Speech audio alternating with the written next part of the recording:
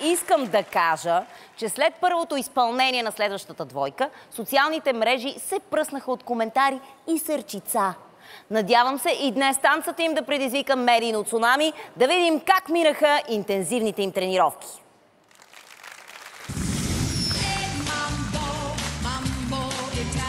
Емануела, ти имаш всички физически качества, за да победиш. Днес не се получи, обаче имате потенциала да стигнете до финала. Аз мога да кажа, че не съм доволна от себе си. Плюс това ми беше притеснено, напрегнато и просто обърках някои неща.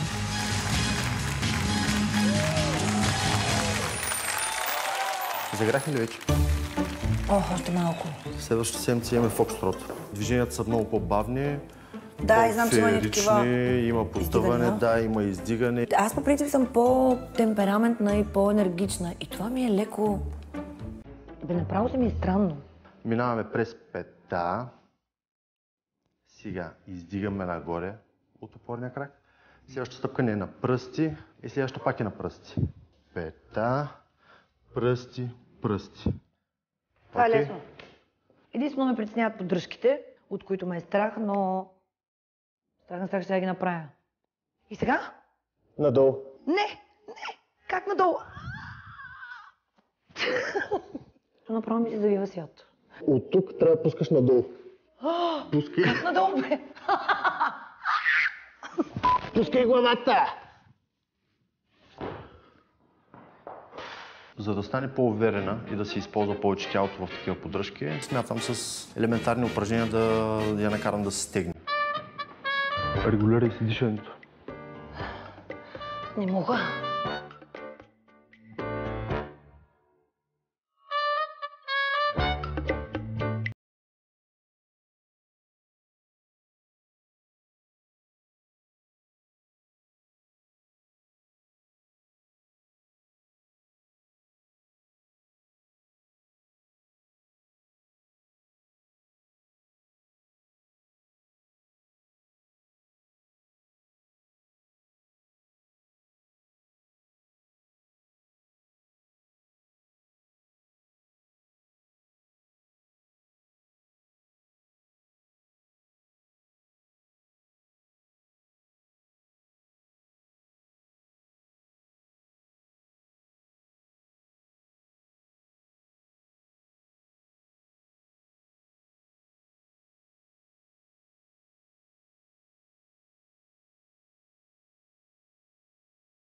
Няма значение дали има светлина в тунела или не. Ще направя поддръжката така, както трябва. Без значение дали ме е страх, дали изпитвам ужас от тях, дали Иван ще ме изпусне, дали ме е страх от високо и каквото и да било. Точка.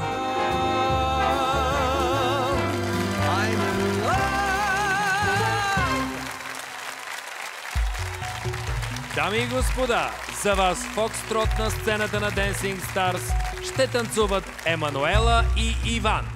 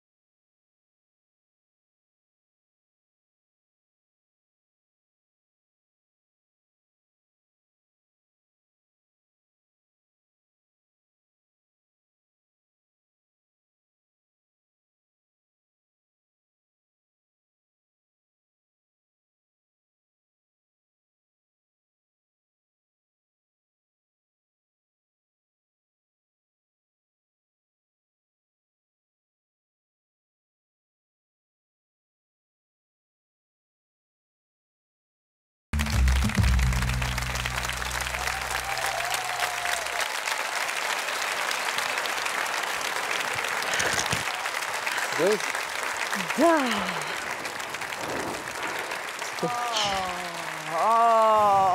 Иване, ако бях на място на Емануела, щях да те убия на третата минута, като ти видях погледа на визитката, но мисля, че всичко си е заслужавало. Бяхте страхотни. Да видим дали така мисли журито. Илияна? Аз много обичам тези, които чупят стандарти. Емануела днеска много ми хареса. Много. Наистина. Благодаря на Иван. Аз смятам, че ти имаш наистина огромни възможности в нашето шоу. Защо казвам, че чупиш стандарти? Този невероятно аристократичен танц, който успяхте да направите двамата, ти придаде един много фин нюанс на сексапил, който много ми хареса. Наистина ми хареса. Това е нещо различно за мен в този танц, но все пак ние сме в едно танцово шоу и аз безкрайно много харесвам това, което днеска вие направихте. Браво! Илияна заговори за сексапил, затова продължаваме с Томаш. Томаш? Да. Окей, добре. Значи, какво... Загласям се 100%, тук с Илияна. 100%. Последна седмица ти беше малко така затворена, обаче сега много секси, много хубаво движение, като си без партньора. Обаче като ставате заедно, няма рамка, няма хват. Това искам да виждам повече фокстрот, такова характеристични стъпки за фокстрот, да мога да видя повече фокстрот акции и движение, да? Обаче ти имаш голям потенциал, казах ти това в последна седмица и искам да танцуваш като лъвица другата седмица. Много... Франциска!